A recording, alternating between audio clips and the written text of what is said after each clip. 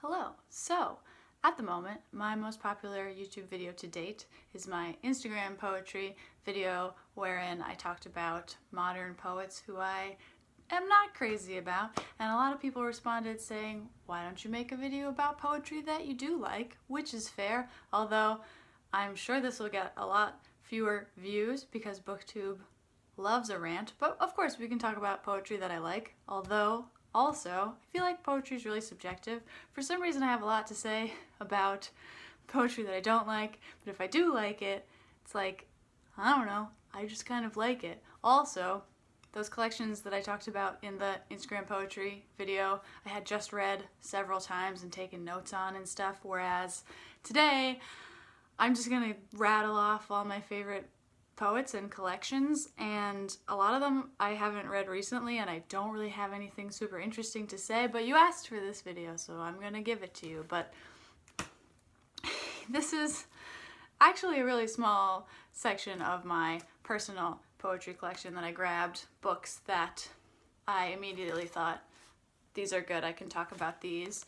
I'm gonna start off though by talking about poetry collections which I don't currently own. I often do this thing, I wonder if anybody else does this, where I will buy a poetry collection, read it, especially because poetry collections don't take that long to read it, and if I like it, give it to someone as a gift. So, like, I have a couple of people in my life who really like poetry and I have a good idea of what they like, and I don't want to buy them something they won't like, so I read the book first, which I don't know if that's like okay. It's almost like a re-gifting, like I buy it for myself and then I give it away. So that is just to say, these first books I'm going to talk about are not ones that I'm like not as crazy about. I just read them, liked them, and thought, this person will like this, and gave them away. So to begin, let's talk about Kaveh Akbar, who seems to be like a very well-known poet right now. I feel like he's talked on Twitter about feeling like his life is going well, and at least that was a while ago, but career-wise, I feel like he's like a pretty well-known poet, and I'm happy to see he's doing well, being successful. I first read his poetry in Spoon River Poetry Review. It's a literary magazine, and I read one of his poems in there, and I loved it, and I looked him up.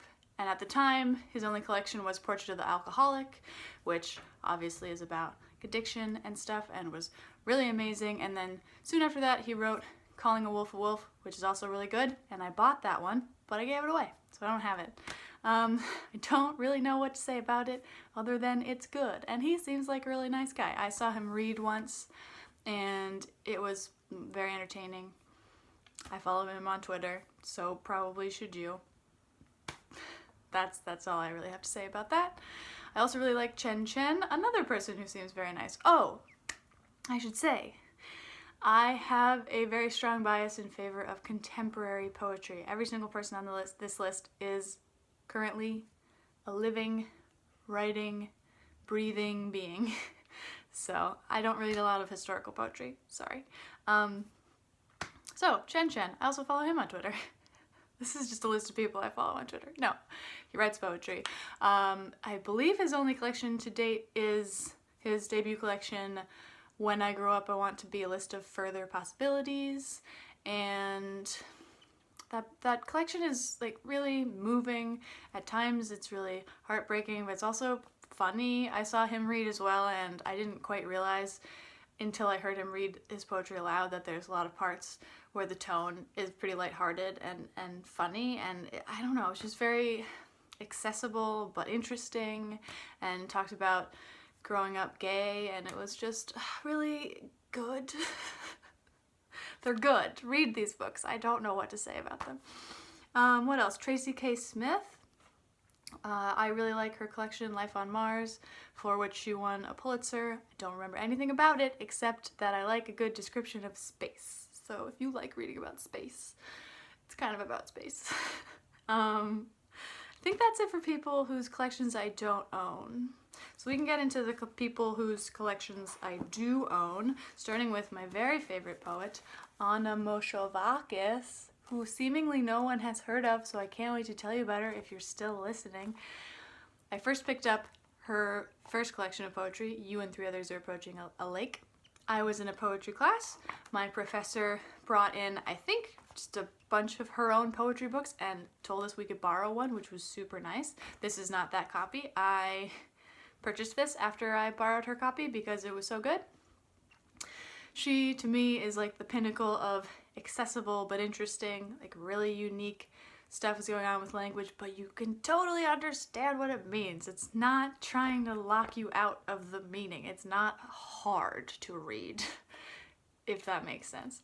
And you can kind of tell from the titles. You and Three Others Are Approaching a Lake, that's a line from a poem. I think it might even be the title of a poem. I can't remember. I have not been able to get through to everyone, and they and we will get into trouble for this. Again, that's a kind of a nice snapshot of the sorts of things she writes. A lot of her sentences are actually like syntactically prose-like, but she doesn't really write prose poetry either. It's just very easy to understand. If you're someone who thinks you don't like poetry, you do not have to run out and read Rupi Kaur. You can read, and for the explanation of why I'm telling you not to do that, you can watch the other Instagram poetry video where I kind of ripped her apart and you can read this person, who's extremely straightforward, and a lot of these other people, very straightforward. Chen Chen, easy to understand while also being like extremely poetic and interesting. Anyway, moving on. I also like Heather Krystal. I'm not like crazy about her. I have different opinions on different selections of her poetry. This one's my favorite. Heliopause. This cover is to die for as well. Not that that's relevant, but this one is my favorite of hers. I think it's really witty. Not like funny, but clever. I also liked The Trees. Another, who is designing your covers, Heather? You're so lucky. Oh, beautiful. Don't remember that much about it other than this is a rare case where like the entire collection is the same, not style exactly, but like form, you know? These are not prose poems. They just have like spaces in between, you know, they're just kind of aligned like this with spaces in between, and every single poem in this collection is like that.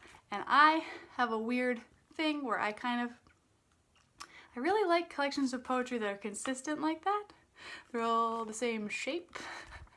I don't know why. I don't write collections of poetry like that. Currently trying to publish a poetry collection where like I've got some prose poems and some more formal poems and some like free verse with short lines, long lines, all over the place.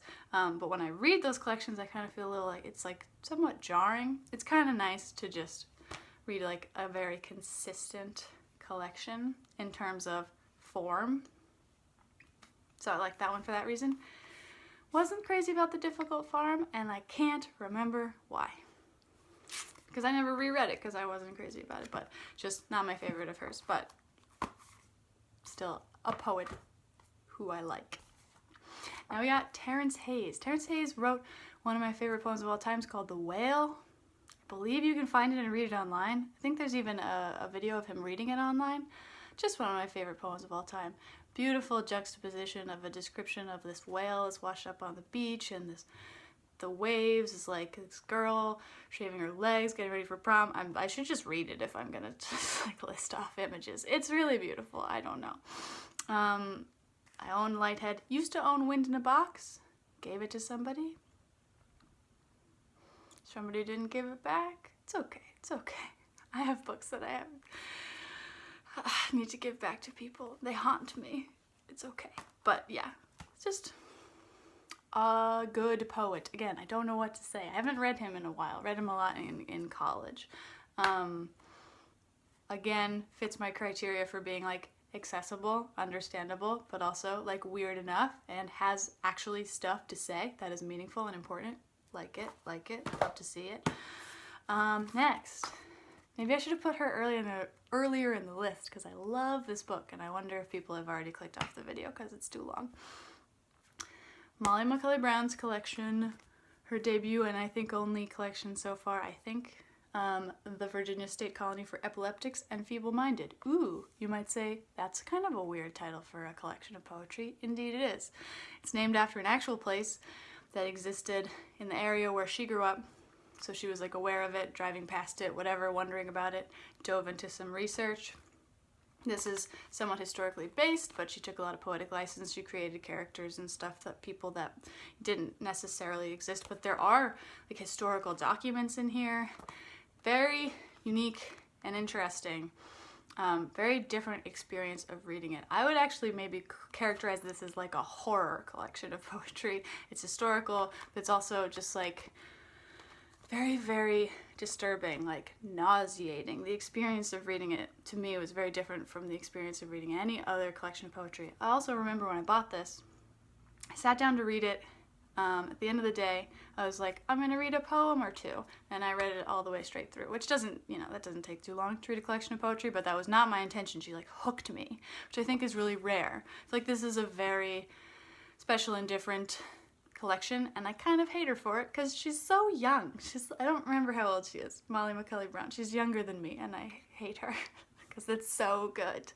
Also, she herself is epileptic, so a lot of this is coming from a perspective of like a few decades ago. That could have been me. I could have been in one of these like really, really horrifying places. Did I even mention that? Did I need to mention that this is about like a disturbing old mental hospital?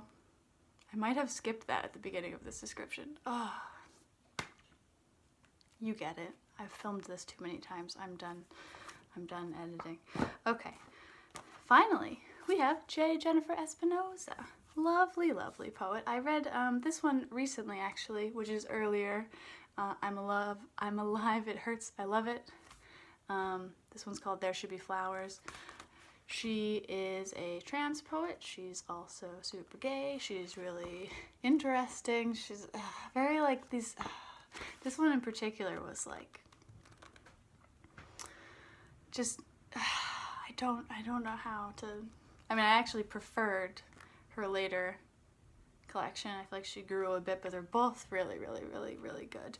And I mean, I don't want to call her a confessional poet because I feel like in this one she was like kind of almost complaining about that, or like it's a stupid gendered thing in the poetry world that all women get called confessional and it's like an insult and it's stupid. But this, very personal and very, very, very accessible and interesting, and she seems really cool. I also follow her on Twitter. Again, this is just a list of poets I follow on Twitter because most of them are on there. Okay, that's it. That's the whole thing. Again, this video was your idea, not mine. So if you don't like it, sorry, I did it for you. And thank you for watching.